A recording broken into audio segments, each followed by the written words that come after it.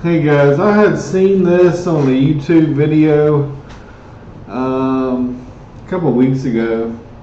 I debated on whether making a video about it or not. It was a black guy that had put on his YouTube video, and it's about the road to zero wealth, the racial wealth divide, and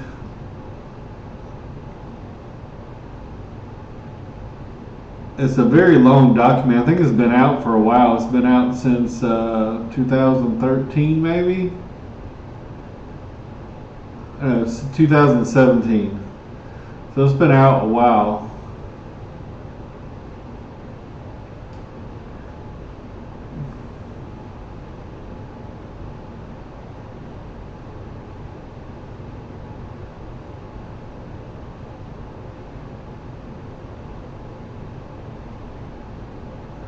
And this is a very long document, so I'm not going to go through all of it. I'm just going to touch on just a couple things. This will probably be a really short video, but if this is something that interests you, you could check it out.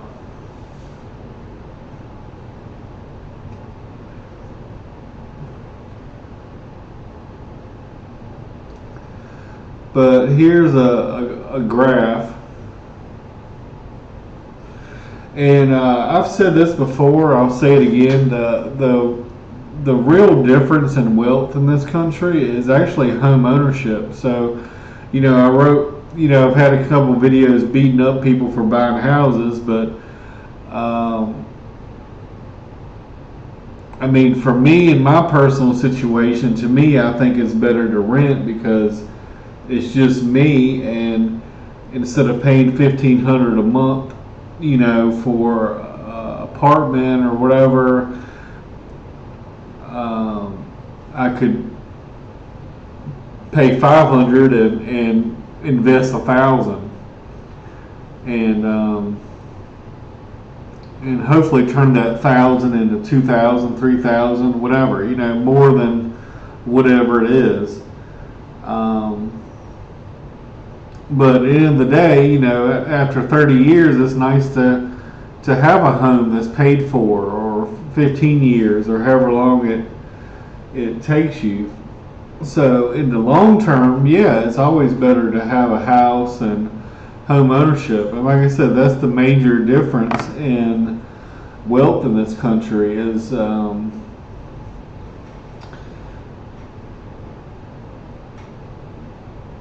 it is home ownership. Now, I will say something that is probably politically incorrect. My personal beliefs, as I've always believed in small government and more rights to the state and more power to the people. I don't agree with gay marriage. I don't agree with abortion. But if you want, if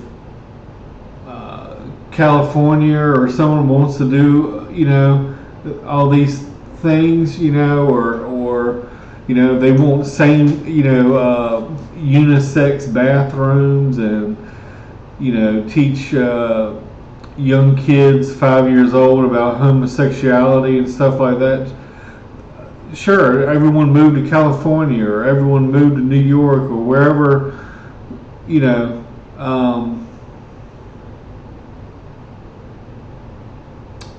I forgot what I forgot what I was leading into. I was leading into something, but I kind of forgot.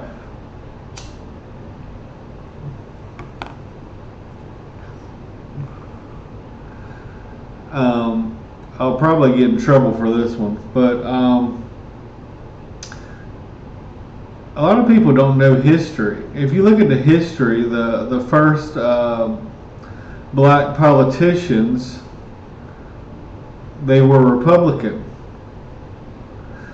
Why? Why was that? Because back then, 2/3 of the Democratic Party was the Ku Klux Klan or whatever, the KKK. That was the Democrats, and it was Lincoln. Maybe I'm not a history buff, but I believe it was Abraham Lincoln, who was a Republican, who had freed freed the slaves and but later on there was a Democratic president that had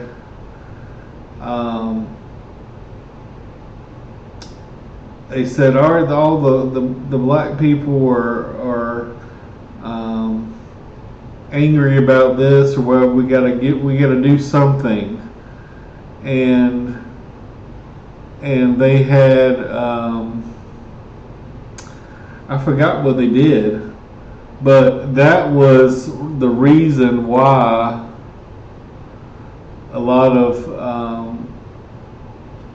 most of black people switched over to the Democratic Party, I believe, and to me, what I see is these politicians, they are basically keeping, their plan is to keep any kind of minorities in bondage. Slavery might have ended a long, long time ago, hundreds of years ago, but saying, okay, well, we'll give you, food stamps every month, or we'll give you, welfare or whatever, but you can't have more than $2,000 in your bank account, and if you go over that, you'll lose your benefits and all this stuff. And to me, that is a way of trapping people into this bondage. And some people go through hard times. I'm going through hard times right now. This whole past year has been hard times for me, very hard times. And and I've been on food stamps before myself when I first moved here, when I didn't have a job 12 years ago, but I was on it short term, a couple months, and then once I got a job and went back to work, I was on my feet again. I was fine, but the trap to me is keeping a population in bondage. Hey, I'll take care of you from cradle to grave. I'll send you a check every month. All you gotta do is vote for me. But they're paying you pennies on the dollar of what your potential is to make.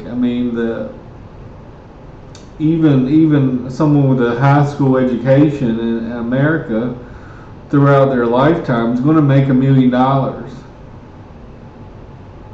or probably close to it, if not.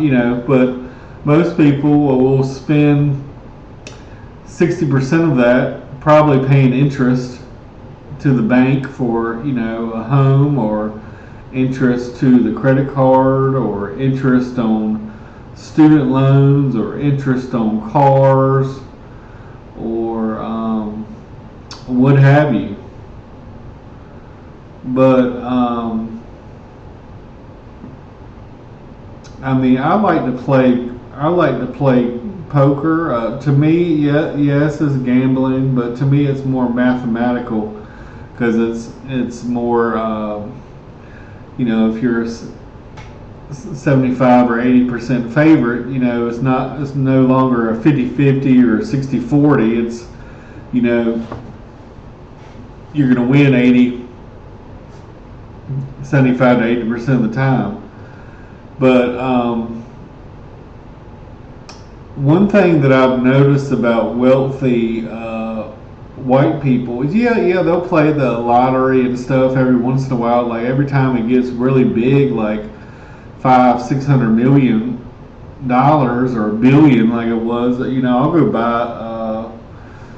I'll go buy a couple lottery tickets. But and this is true among white people as well, just from my observation, and maybe I'm totally wrong, but a lot of the working people, they're more likely to be smokers, and they're more likely to play the lottery. And to me, if you're going to invest $10 a day, I mean, it only costs $27 a day to be a millionaire. If you invest $27 a day, probably 40 years or whatever, you're at $1 million. So, by spending $10 every day, hoping and wishing that you're going to get $1 million, and your chances of winning are very, very low. You can go ahead and invest, and little by little. Everyone wants to get rich quick, and not many people want to get rich slow. And I believe the Bible teaches about getting rich slowly and making wise investments, and little by little, and not. And a lot of people, like I said, that do win the lottery, like massive amounts of money, like $300 million or whatever. Some of them, they're not broke in 5 years, but most of them are broke within 5 years. I just saw something the other day, a teenager, he had got $1 million, and he was broke within 5 years. Even athletes and stuff, I've talked about this before. Their average career is going to be 4 years, but there's some people that are exceptional athletes, and a lot of exceptional athletes, through no fault of their own, they get hurt or injured or whatever, and then cuts their career short. But you got to plan on that money you make in those 4 years lasts you the next 80 years of your life, or at least the next 60 years of your life. An average male in America is probably going to live to at least 85, and if you got good genes and everyone in your family lives to be over 100, might as well plan to be 100.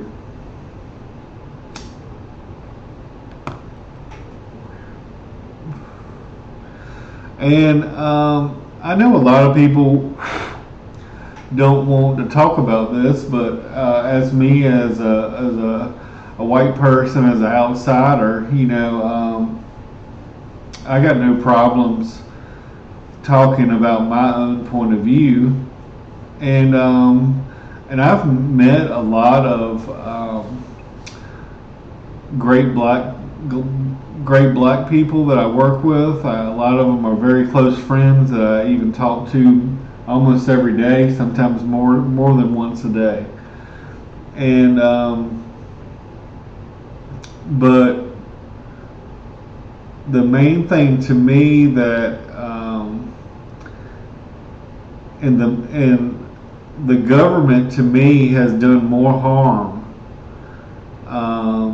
They created welfare. And yeah, welfare was for white families as well, and Mexican families, and anyone who needs it. But I'm specifically talking about the black families right now. And what they did was they said, okay, like the mom and the child can live here. Let's say the apartment might be $500 a month, but you only got to pay $100. Or you only got to pay $50, or you only got to pay 10% of whatever your income is, or 5% of whatever your income is, or plus we'll give you some food to live on.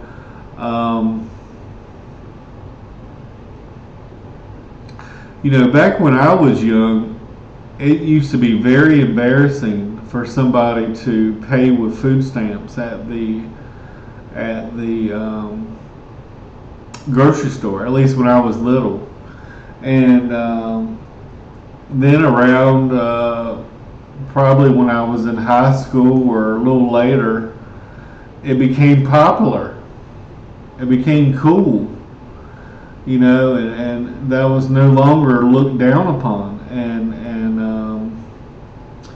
But what happened when they basically forced the females into the home and the children, they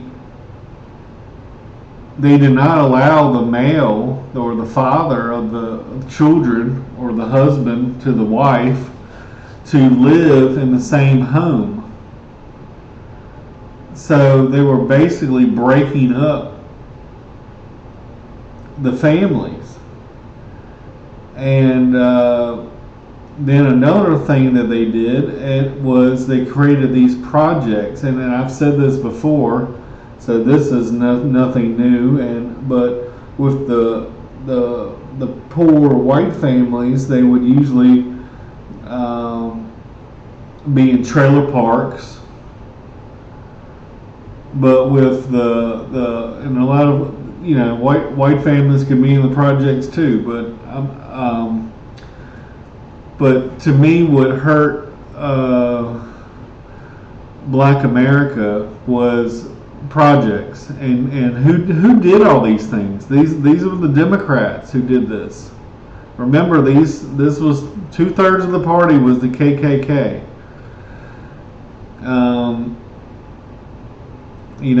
The reason half the people are in jail right now, Biden was the one who wrote the law to lock them all up. And if you even go back and listen to some of his speeches from years ago in Congress, he made some very disparaging remarks, calling people the N-word and all kinds of things. But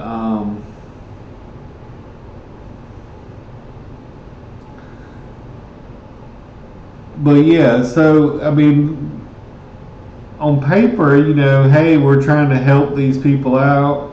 We're trying to give them a place to stay. We're trying to give them some food. But what the problem is, to me, when you say, to me, like, it needs to be tapered. Okay, we'll give you food stamps for 6 months. After that, you got to find employment.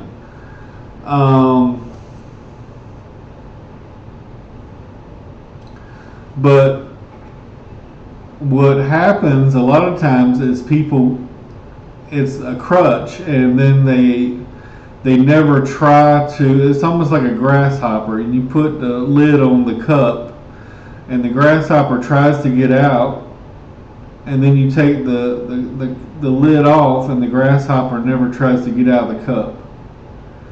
And you basically have trapped these people into poverty by telling them a lie. Hey, we'll just give you some food stamps, and we'll give you a little place to stay, and but you can't ever have more than $2,000 in your bank account, or you're going to lose everything.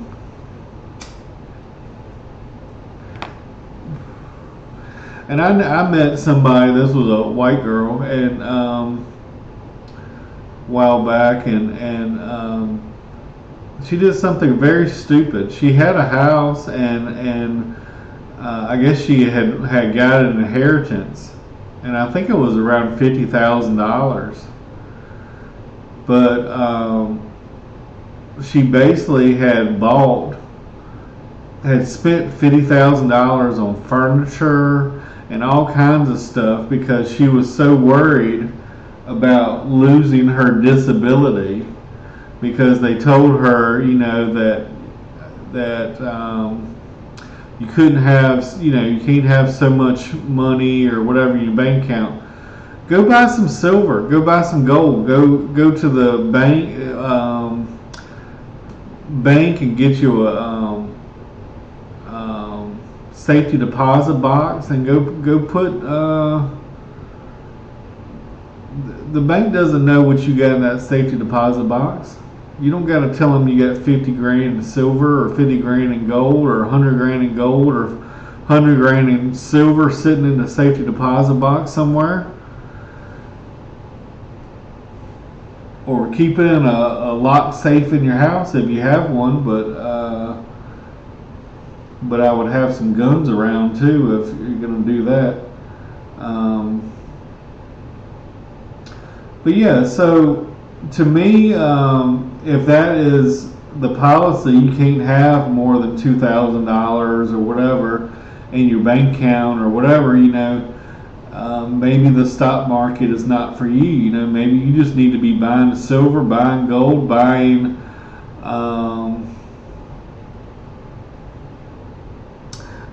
there are some people that just, they just kept money around, and I don't really like that idea because, yeah, enough money for emergency fund, but, back when COVID hit, they increased the money supply 40%. So your dollar, instead of being worth $1, is really only worth 60 cents because they increased the money supply 40%. So it was basically a 40% tax on anyone that had saved. So if you, from the time you were 18 to 65, you put $1 under your bed every day, and then you wake up and you have 100 grand under your bed, and here this one thing happens, and your 100 grand ain't worth 100 grand anymore. Your 100 grand is only worth 60 grand because they increased the money supply 40%. And if your job is not giving you a 2% pay raise every year, people are just getting poorer and poorer every single year. And what most people with any kind of government job or any kind of state job, they offer pretty good benefits, and they usually offer some kind of retirement plan, 401k or whatever. And then they match. So that's just like free money. So let's say your employer says, all right, we'll match you 8%. So you got to put 8% of your money in pre-tax or whatever, and then the company will put another 8% in. And then you stick that money in the stock market, and then lo and behold, that that money grew at 10% per annum, over the last 40 years, and now just your little bit of money that you've been, most Americans on average save 8% of their income.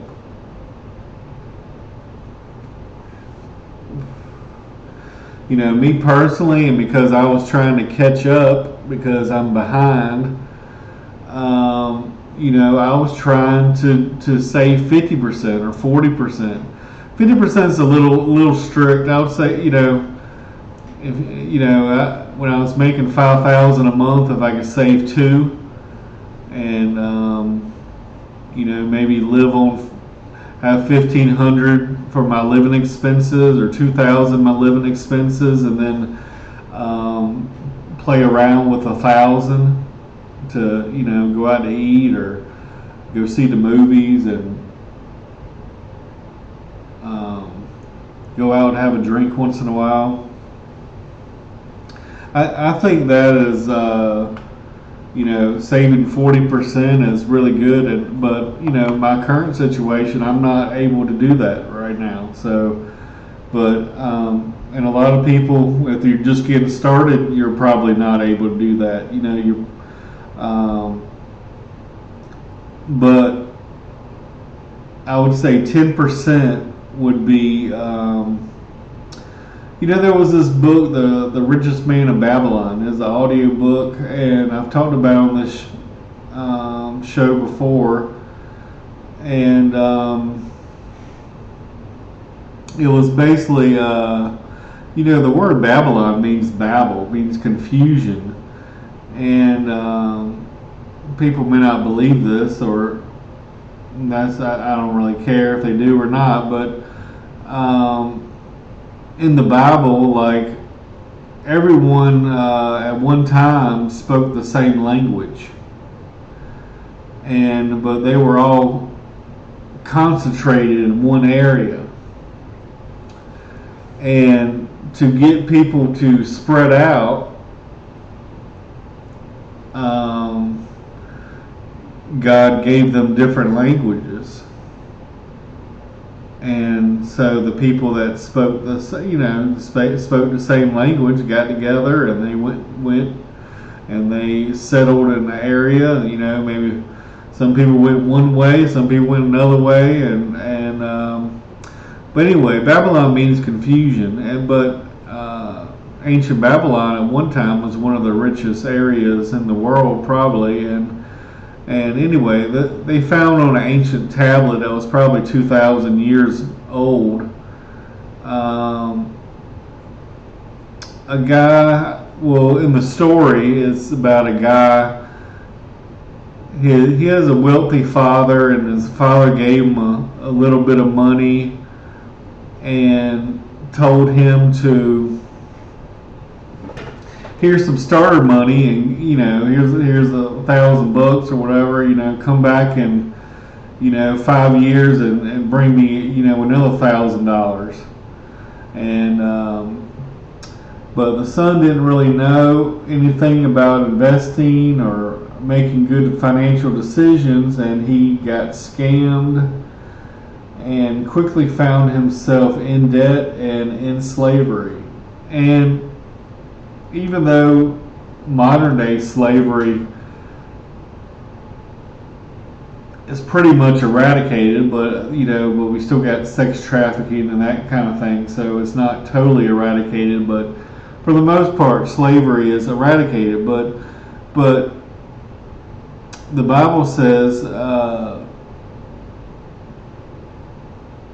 and I'm probably misquoting it, but the borrower is slave to the lender. So if you were in debt, you were in bondage. If you were in debt, you were in slavery. And these credit card companies nowadays, they're charging 30% interest. 30% interest.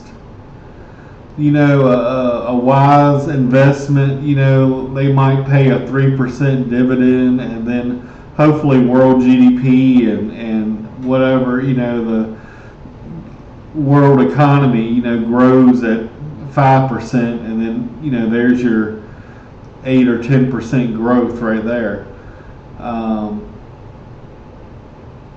But a very modest investment is going to be like 3% interest. But yet they're charging the poorest people in our country, 30% interest.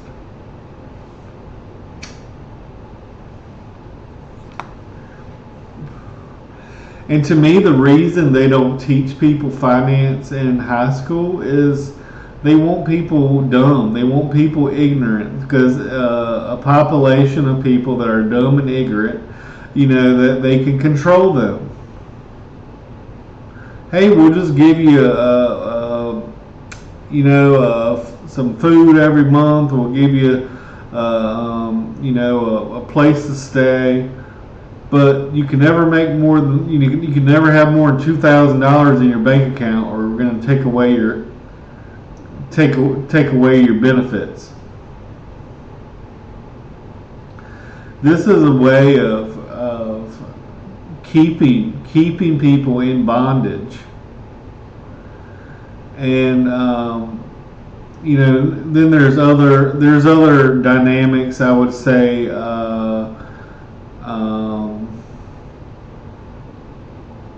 At least for me, growing up, when I was younger, if somebody had someone in the white community had a baby that was not married, that was very much frowned upon, and a lot of times people would shun them.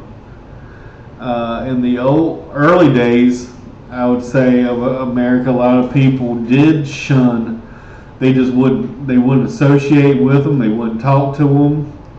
And a lot of times those people ended up dying from starvation because nobody would hire them. They couldn't get a job. Nobody would talk to them, and they treated them very poorly and very, very badly.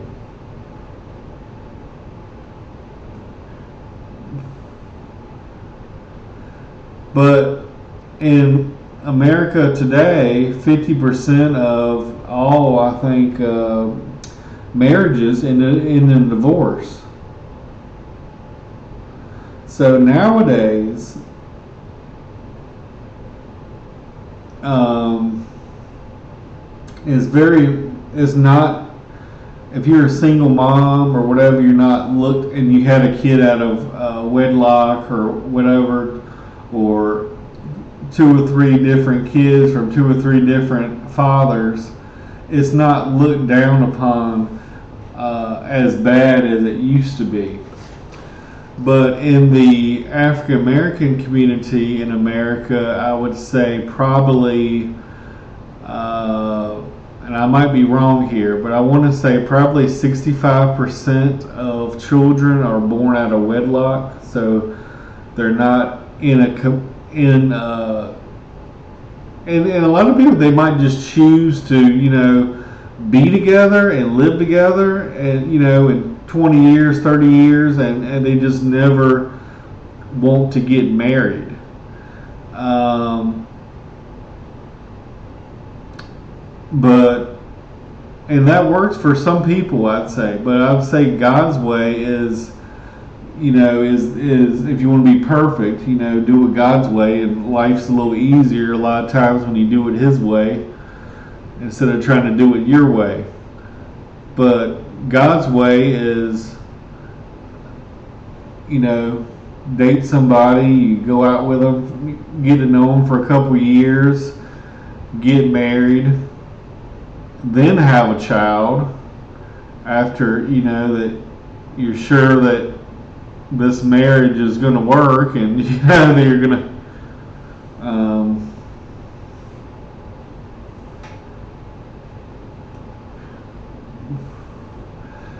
I would say, and it's hard to say. I would say if I was, you would want to wait maybe a couple years after getting married,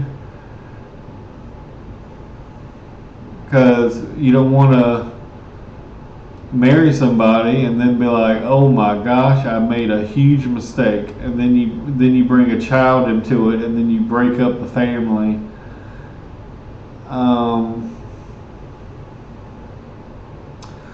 But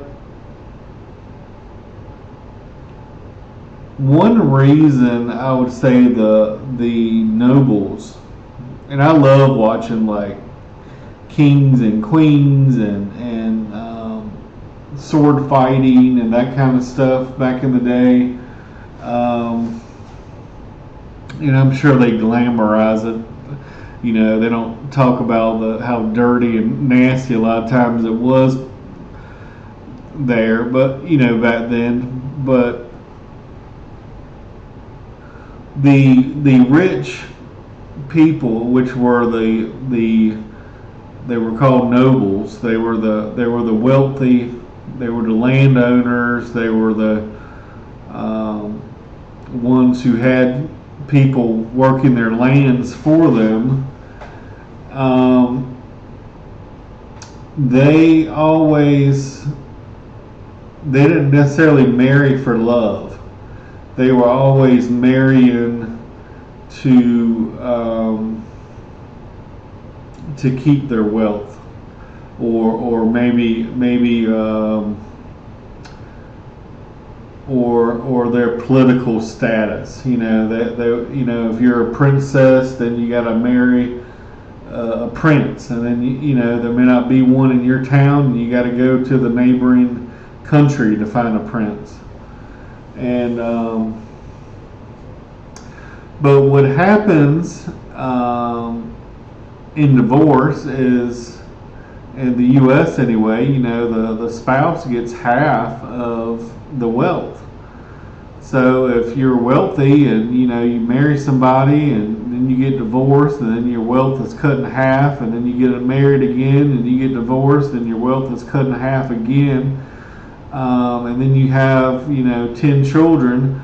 Well, it's really easy to see how a great fortune like the Vanderbilts, I would say, that within 100 years, have squandered $300 or $400 million, and $300 or $400 million back in the 1800s was quite a sum of money, or the early 1900s is quite a sum of money.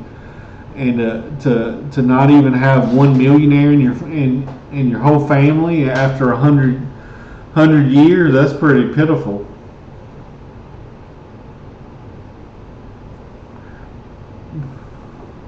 I mean, if one of them just would have stuck some money in a bank account and got 1 or 2% interest, they would have had they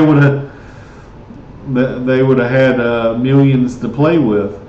But what happens with a lot of these elite families, especially if they only had one industry, whether it be railroads or something like that, and then as technology changes, if they didn't change with the times and find something else, a lot of successful rich people, they will maybe have one business that really is their bread and butter, but then they'll branch out into other areas, and so they'll have eggs in different baskets. And I mentioned this before, the Bible talks about having I think it's 7 or 8 different baskets to one could be stocks, one could be real estate, one could be just getting interest in your bank account, one could just be a little emergency fund or a little pile of gold and silver,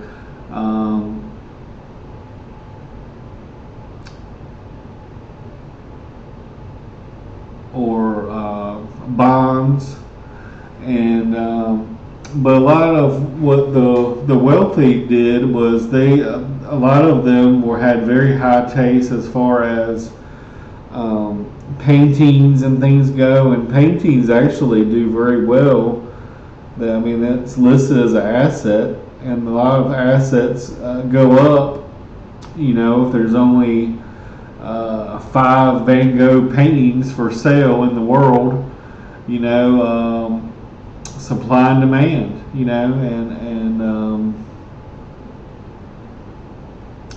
and then if one or so gets destroyed by fire or whatever, then the other ones go up in value. But if you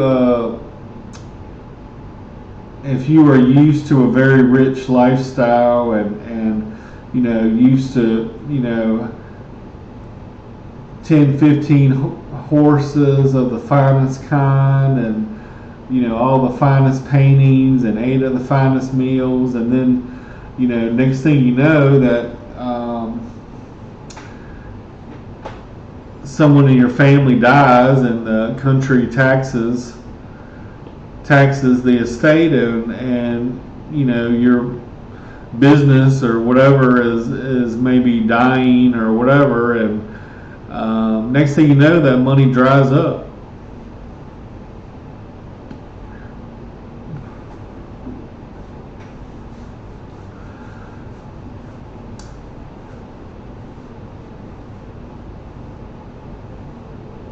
But I remember when I was in college, I was in a statistics class, and I'll never forget this. And I don't know if this is still true or not, but it said half of all black males between 18 and 35 were either dead or in jail.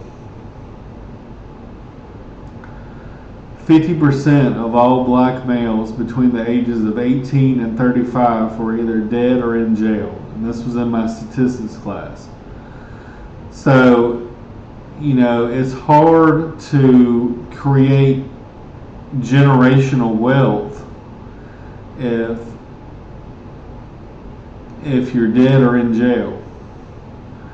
And 18 to 35, that's, a lot of times you're just starting out, but you're learning a trade, and then, after 5-10 years, then you start making the big bucks, and then you're an expert, and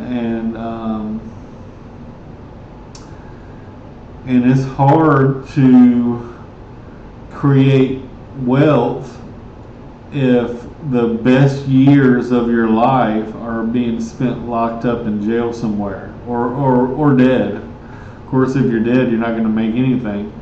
But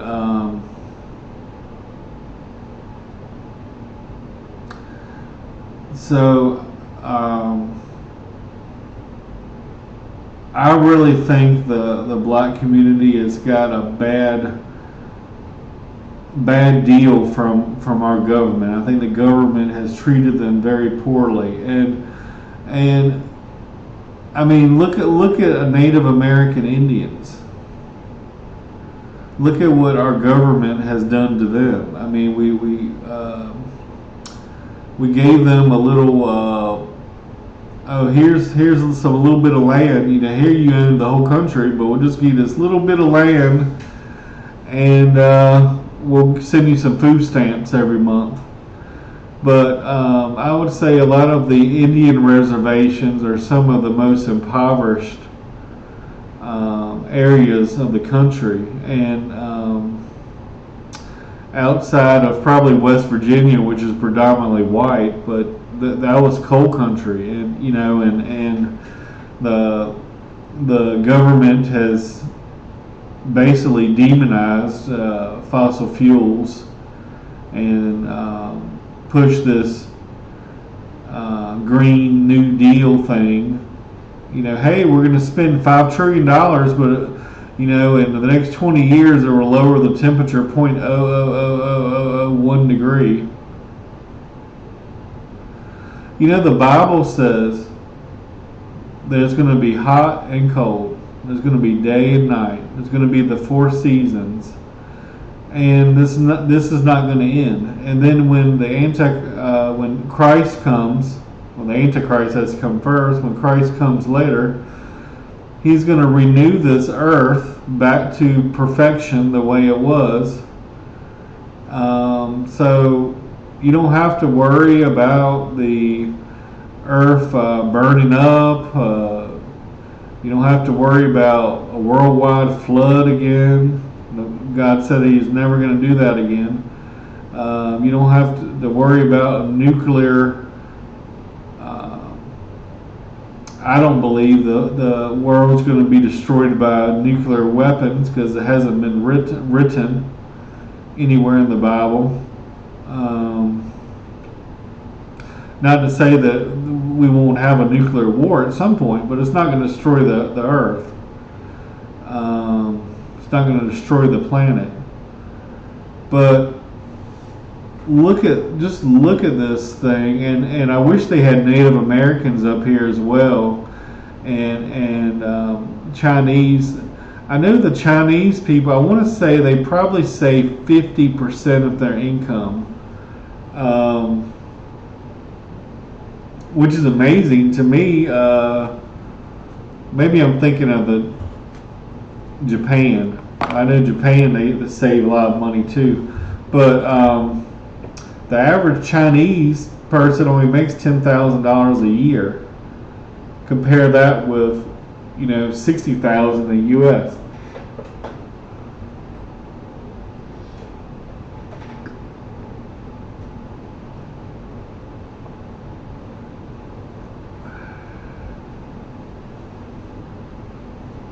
I lost my mouse here, but you can see the medium household wealth of the white families, and then you can see the black and the Latino down here.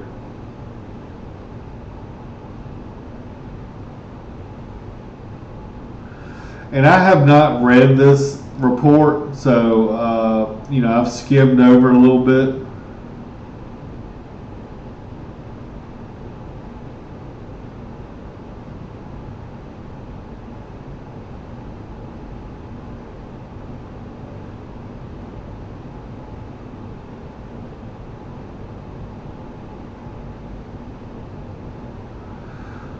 But right here is what I said earlier was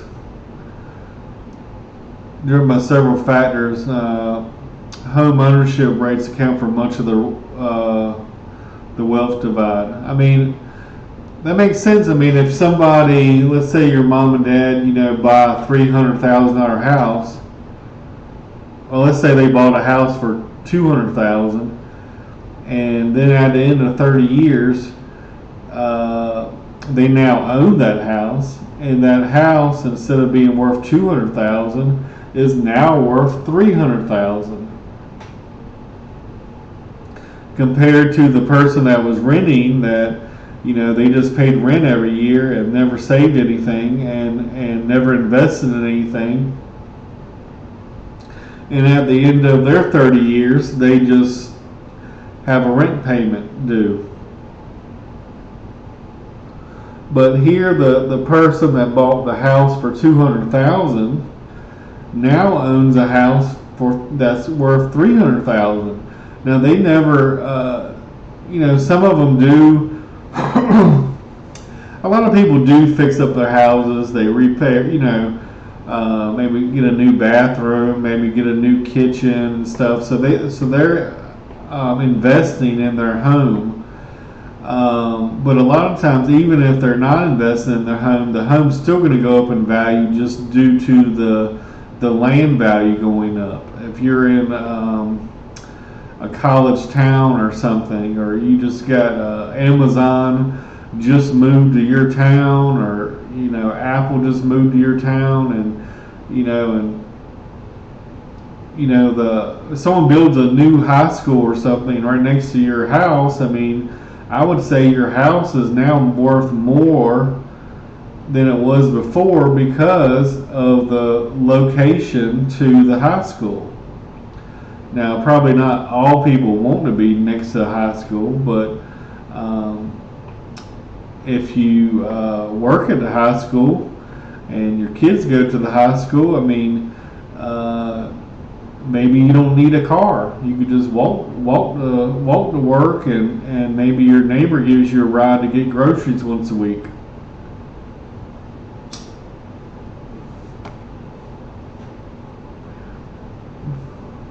A car, I would say, is a very bad investment because, I mean, most of the time the car's just sitting there doing nothing, and as soon as you drive it off the lot, it depreciates in value.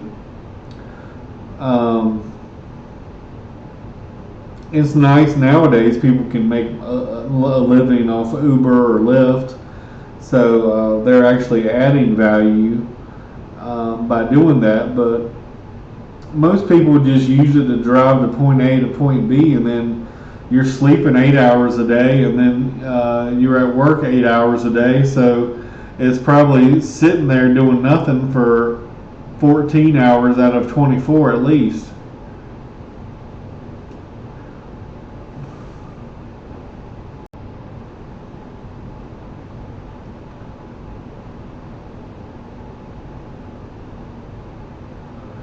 And I'm not going to say that there's not racism and there's not discrimination, because sure there was, and sure there is today still.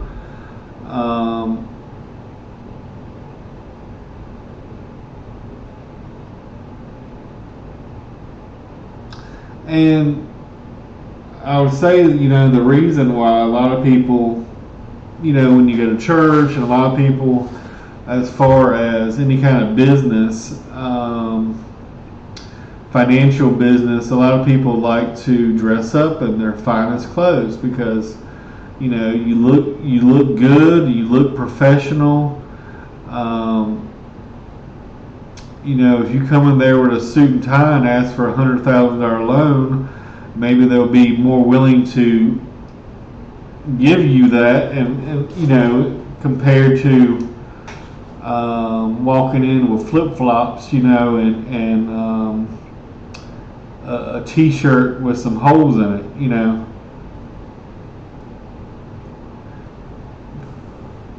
So I mean, people do,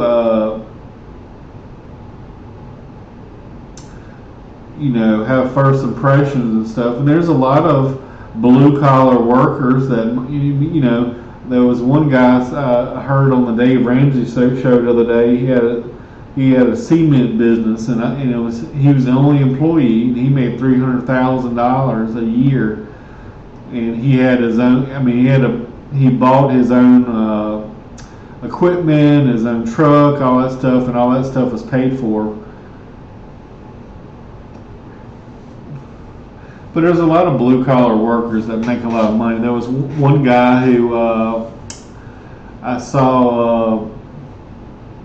What he does is he climbs these very tall poles that the airplanes use, and I think twice a year they got to climb.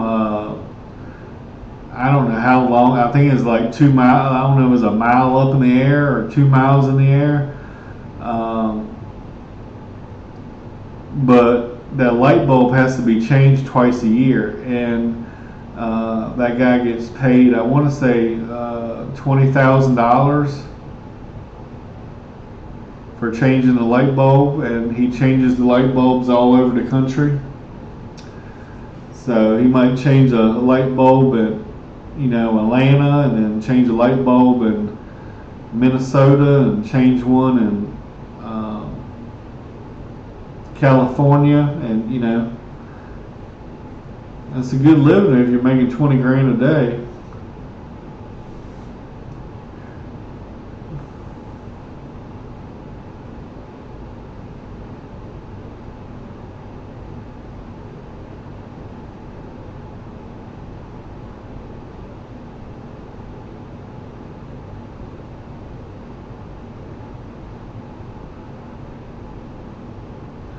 Here's earning less than 18,000 a year, 18 to 32, 37 to 61, 61 to 104, and 1 to more than 104.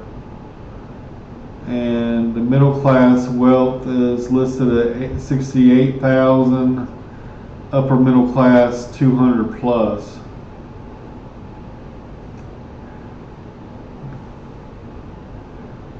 And this says percentage of population with wealth below or above middle class wealth.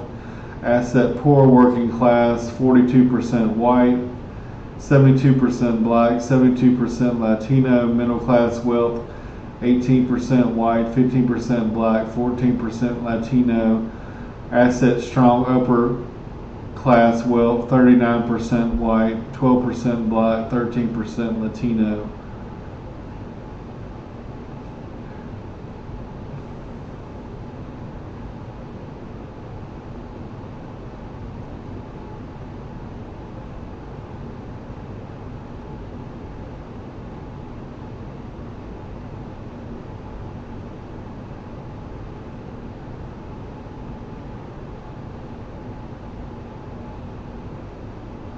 And I probably don't want to read this because it's probably not.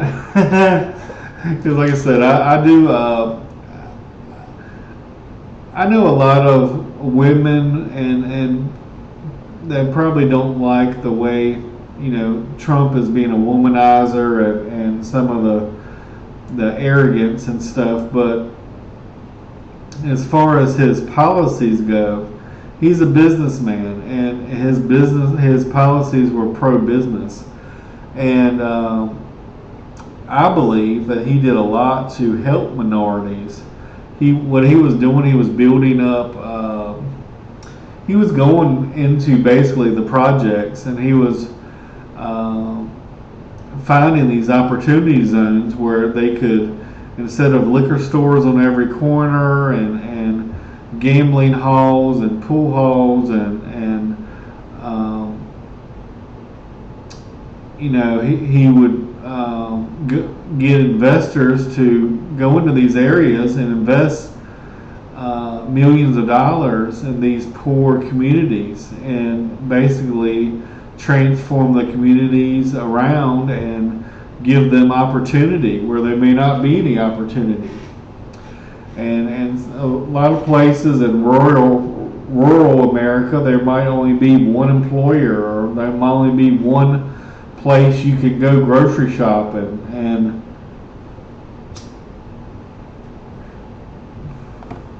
I will say this about the dollar store. I mean, there's different ones, but I'm talking about the one that says dollars. Dollar. It says like a yellow thing.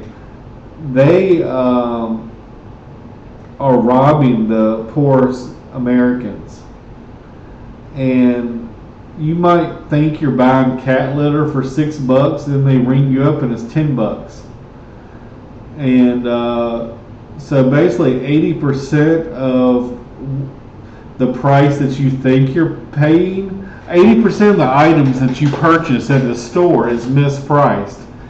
And a lot of times it's only mispriced by 5 or 10 cents, but some cases it might be dollars. And you know, if they're making an extra 5 cent, 10 cent, you know, over 200 or 300 million products sold every day, you know, they're making millions of dollars stealing from the poor, basically.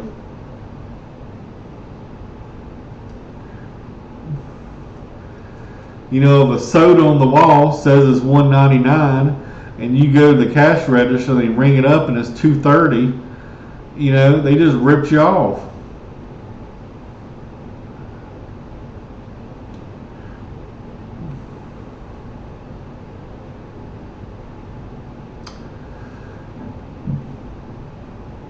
And the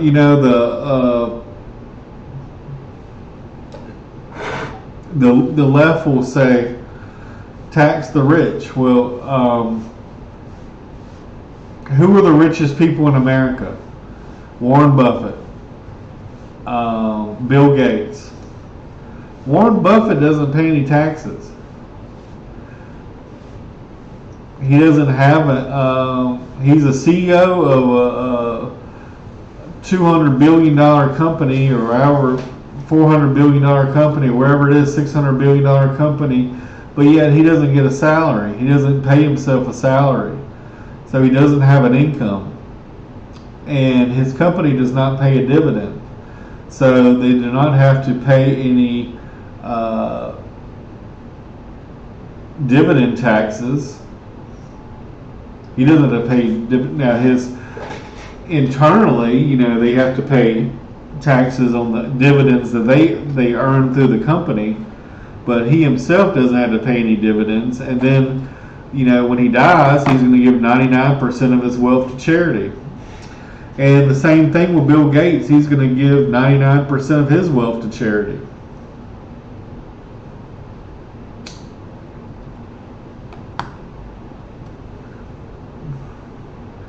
And a lot of the very wealthy people, they have the best lawyers and they have the best accountants, and they will give just enough to charity,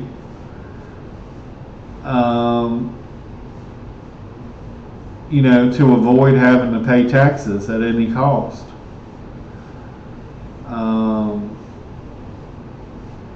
And Trump's the same way, but that's Trump is a billionaire, so I put him in that category of billionaires. But that's what you're supposed to. That's what you're. If you got a lot of money, you want to hire the best lawyers, the best accountants, and to find the loopholes to prevent having to pay as much taxes. That's not criminal. That's just being smart with your money. You know, you want to find the best people out there that know the loopholes, and can skate just enough around the edges so you're not breaking the law. But one thing Trump did, like I said, I'm still not even really reading this stuff, but one thing that he did that was he gave taxes back to the rich, and he basically did tax cuts. But the thing is, the rich are the only people that really pay taxes. Everyone else basically gets more back from the government than they actually pay in. Now, a lot of people are going to argue with me on that, but really, the middle class, the upper middle class, and the rich that are the only ones that pay taxes. The poor don't pay anything really. They get more money back than they ever pay in.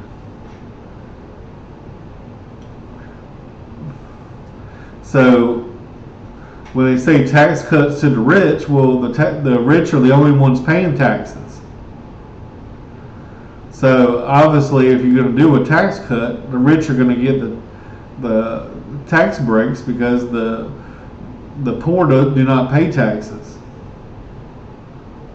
They get more money back than they ever pay in, whether it's child tax credits or this or that. But one thing I will say though is you want the wealthy to get their money back. Why is that? Well, the wealthy know how to manage their money. They know how to multiply their money. They know how to invest well. And if you're, a billionaire, you don't need any more money. You could be sipping margaritas on the beach, traveling the world, spending $10,000 every day and never run out of money. But you create jobs because you want to help people. Yes, you want to make money too, but ultimately the real reason is you want to help the community, you want to help people. So you need a rich person to take on the risk, because it is a risk. Most businesses fail within the first 2 years. Probably 80% of them fail. And so they're taking a big risk, investing millions of dollars sometimes in a business that most likely will fail. And they're doing it because they love you. They love you. They love their community. They want to give back to the community.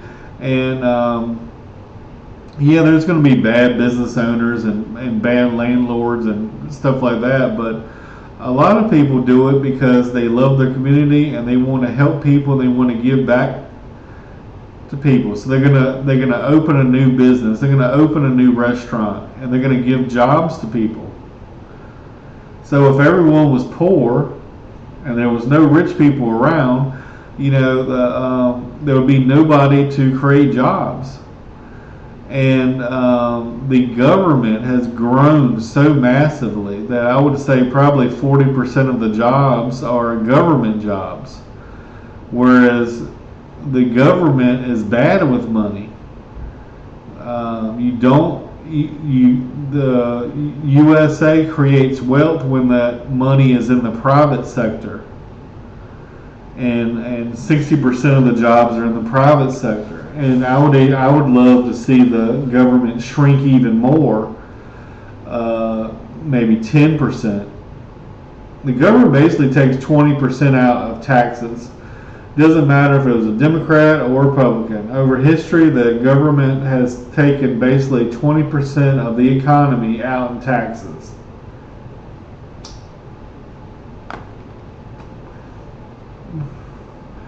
One thing that I would love to see the government do, that's Norway and some other countries have done, is they basically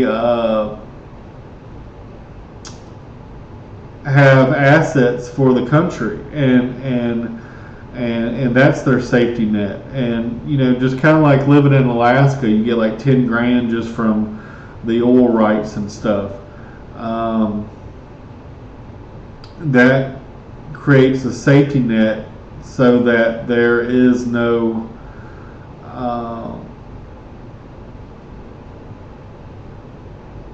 truly poor people out there, that they would at least be able to have enough money to live on and survive. Food, clothing, and shelter, at least the bare minimums. Alright, let me read some of this.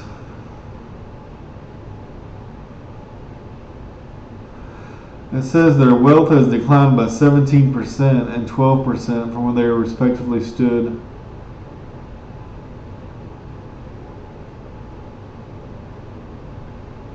The whites, theirs grew by 3%.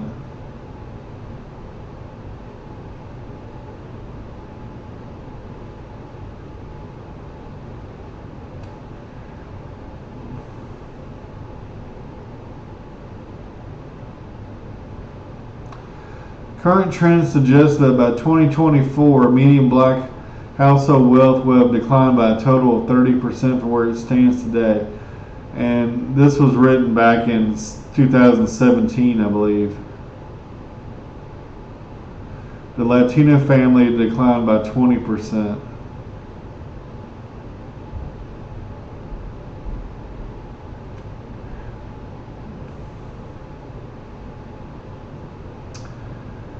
About 7 years from now, median black and Latino households will own 60 to 80% less wealth than it did in 1983.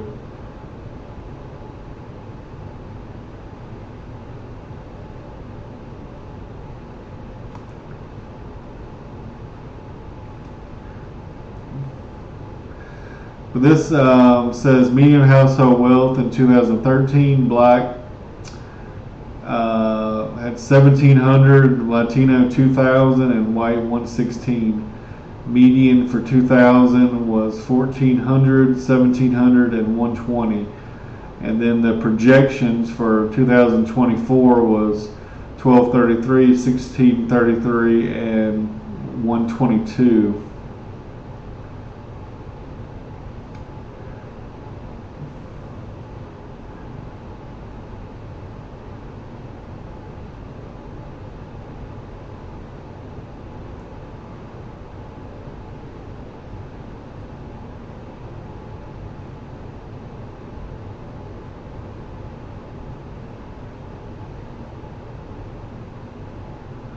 And I think Trump, this is talking bad about Trump, saying that the poorest people get $40 and the rich get a $1 million tax cut.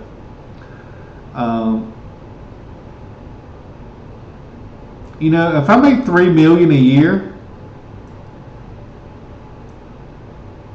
that's a lot of money, paying $1 million in taxes. I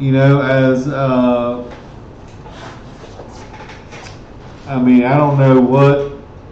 2 years ago, I think I made 100,000, and I don't know, that puts me in 30% or whatever. But to go from 30% to 50% or whatever,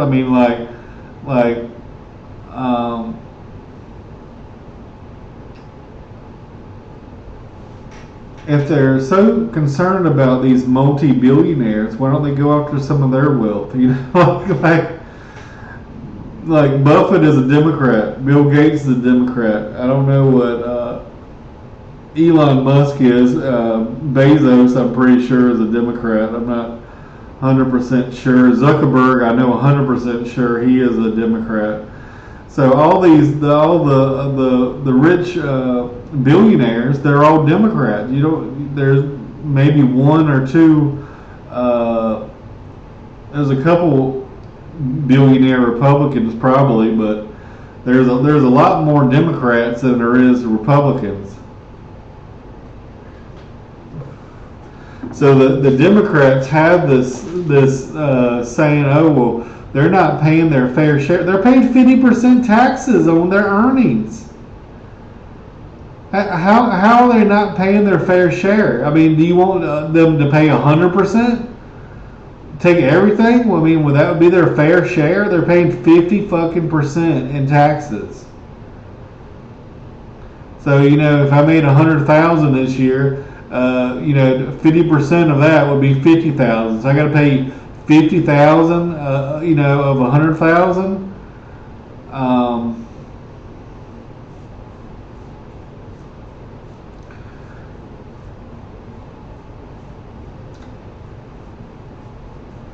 But like I said,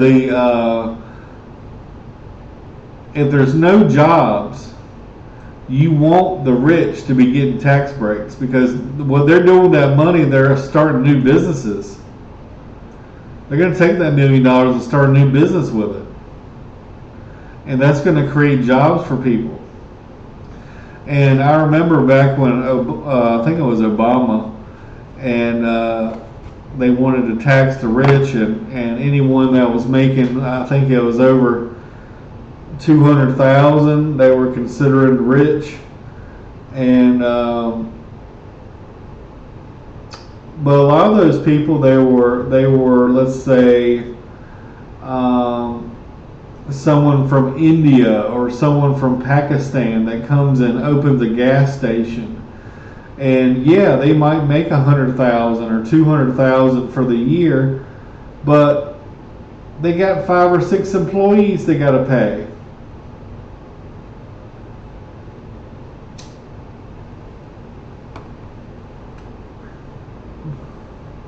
And a lot of times they will use their family members, to save in some costs. But I mean, if you divide 150,000 or 200,000 up among 7, 8 people, I mean, you're not making that much money.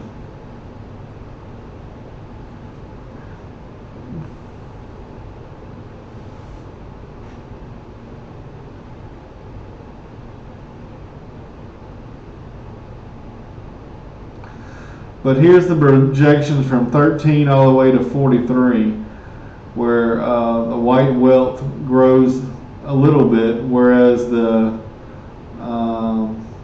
this is the overall. This is Latino, and then this is black wealth.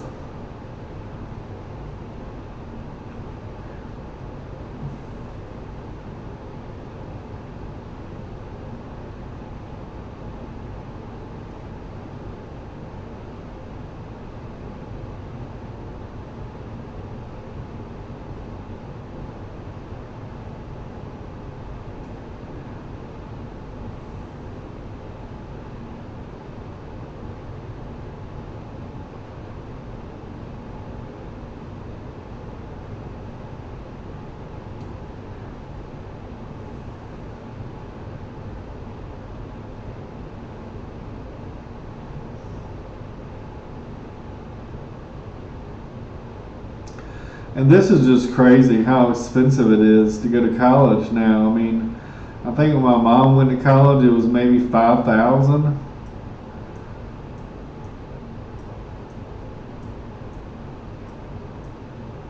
I don't even think that was for per year. That might have been for the total 4 years.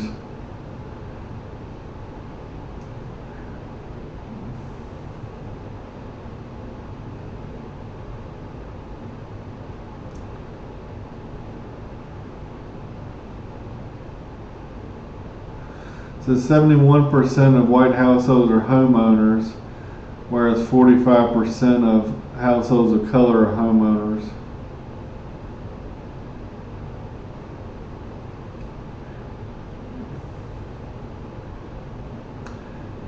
Spend 30% or less of a household's income on rent and utilities. 47% of white renters are burdened by their household costs. 55% of renters are color.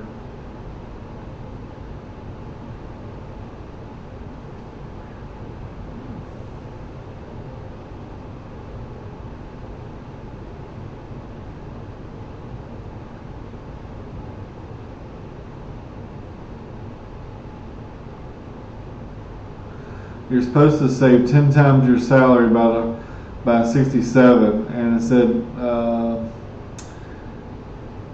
the median white families had 73,000, and the median black families had Black and Hispanic families had 22,000, which basically means no one can retire. Um, in Hebrew, there's actually no word for retirement.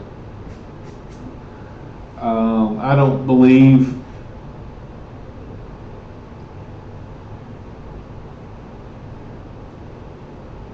I don't know what I should say, but I want a lot of people. I think God's plan was people should work until they can't work anymore, and even if you no longer need to work, you can find another hobby or something to do, and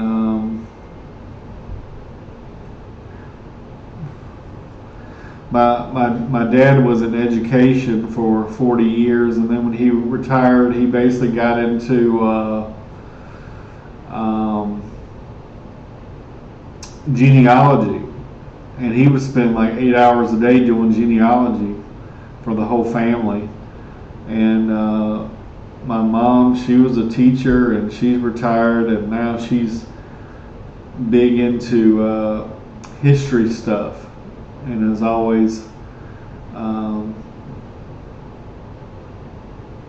Daughters of the American Revolution and that kind of thing.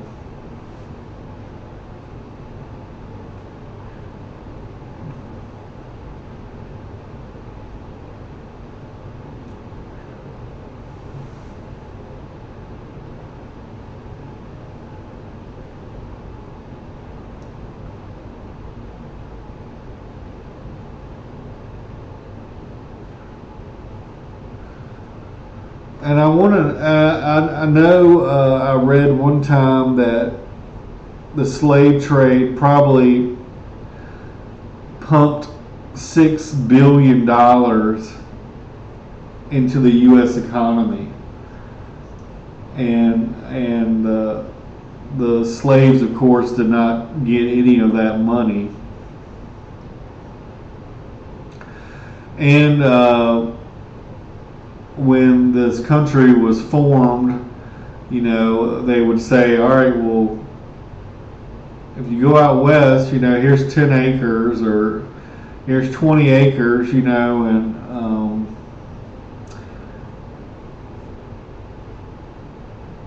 so they were given land for free, basically, whereas the black families and the minorities did not get that.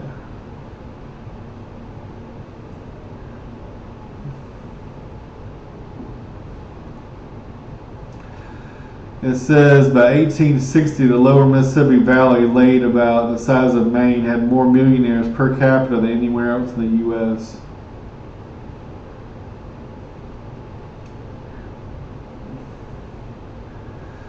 $260 million acres, about 10% of all land in the United States, was given to over 1.6 million homesteaders.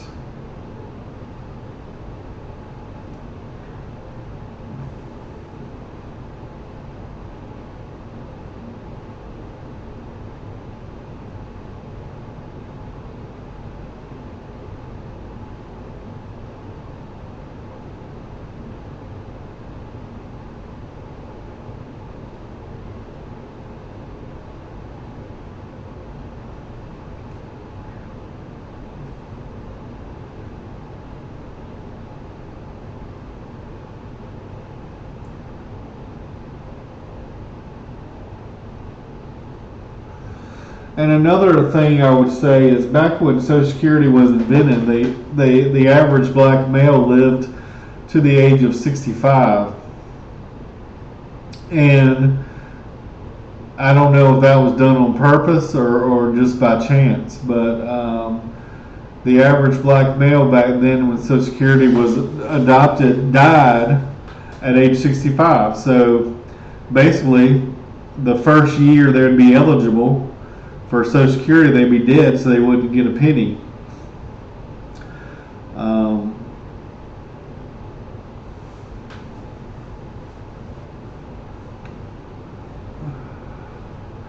It says denial of Social Security to farm workers and domestic workers.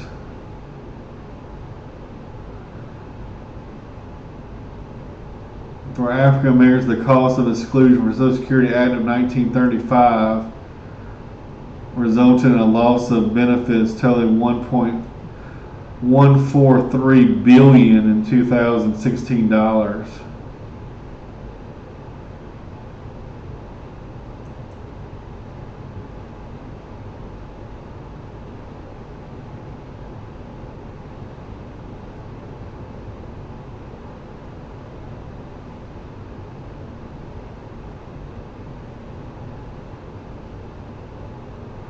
And this talks about housing as well.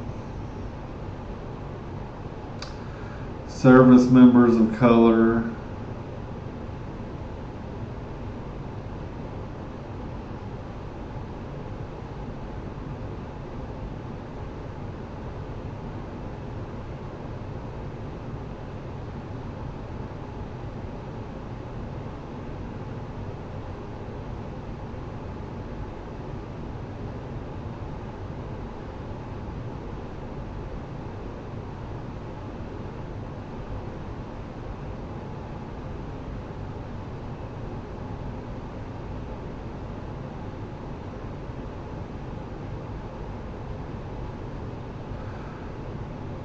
And this gives some ideas of how to fix it.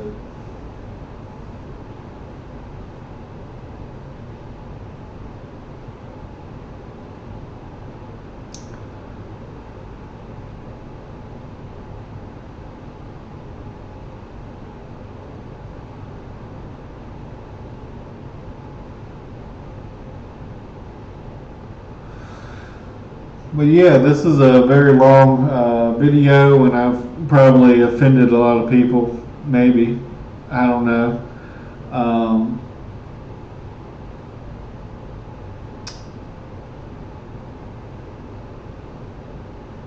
I know.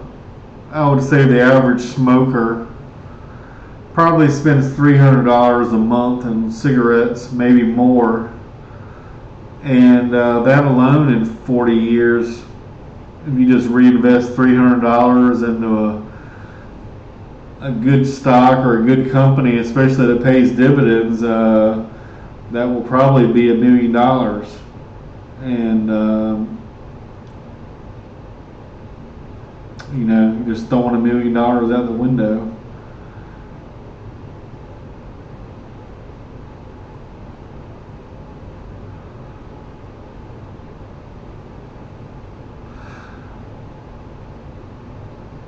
But yeah, hopefully this is a wake-up call to not just Black America and Latino Americans and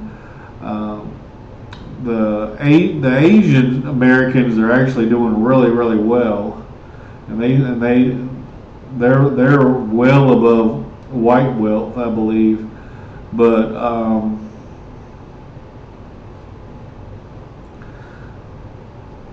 this just shows you what I mean. The government basically does a 2% flat tax, which is called inflation. And if people do not own real estate or stocks, they're basically taxed 2% every year. So let's say that I work at McDonald's, and I worked at McDonald's for 20 years, and let's say 40 years, and let's say every year I never got a pay raise. Let's say I made $5 an hour, and I worked at McDonald's for $5 an hour for 40 years. Well, at the end of that 40, let's just say 50 years, that makes it easier. At the end of that 50 years, 50 times 2 is 100%. So at the end of those 50 years, you've basically lost 100% of your money. And a lot of people say, well, I don't want to invest in stocks, it's risky. I don't want to invest in real estate, it's risky. Well, you got to invest in something, because if you invest in nothing, you're not going to have nothing. If you invest in nothing, you're going to lose. So you have to invest in something. even if it's instead of sticking your money in the bank, to me, it would be better off owning the bank stock and just get a 3% dividend.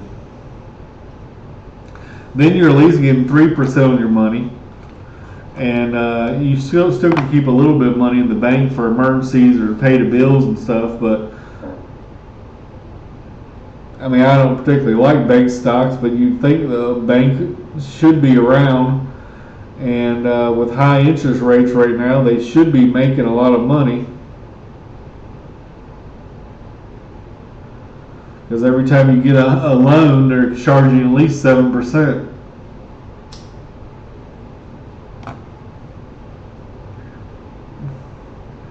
And they only got to keep 10% of the money in the bank. So if you deposit $100, they could keep 10 there, and they can loan $90 out to somebody else at 7% interest. Or they could loan $10 out to $10 out to 9 people and charge them 30% interest on the credit card, and they're making a hell of a lot of money, more money than 7%. They're making 30% on you.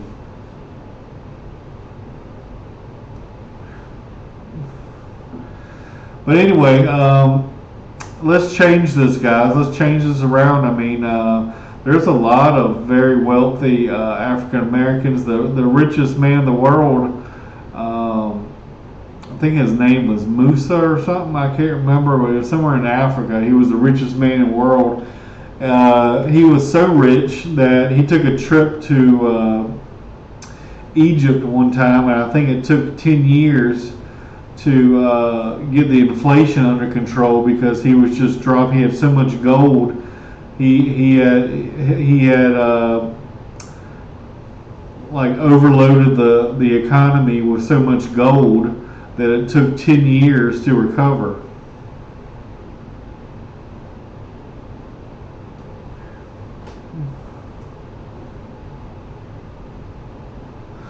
But yeah, I mean, there's Oprah Winfrey. I mean, we've seen the news of Puff Daddy and Jay-Z and stuff, but there are some very wealthy billionaires. You got Michael Jordan, you got Magic Johnson, probably, if not billionaires, close to it. Very close.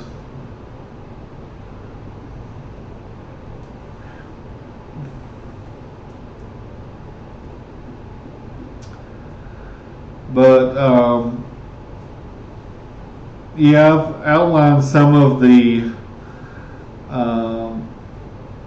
issues and hopefully, even if someone is low income, they can still, like I said, invest in silver, invest in something, so that they can grow their wealth. But if anybody thinks they're gonna, the government's gonna take care of them, I mean, the government's broke. So Social Security is supposed to go bankrupt in 9 years. They might keep they might still have some benefits, but they're going to be a lot less. And the way things are going right now, I mean, everything is so expensive everywhere you go. Housing is expensive, food is expensive, gas is expensive, everything is expensive, and everyone is, instead of growing wealth, we're actually losing wealth right now.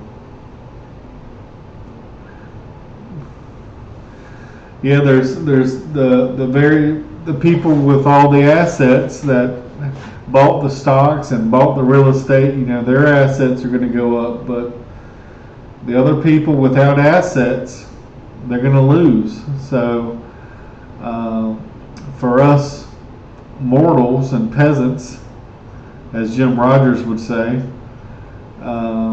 It's kind of funny because Jim Rogers is a very wealthy man.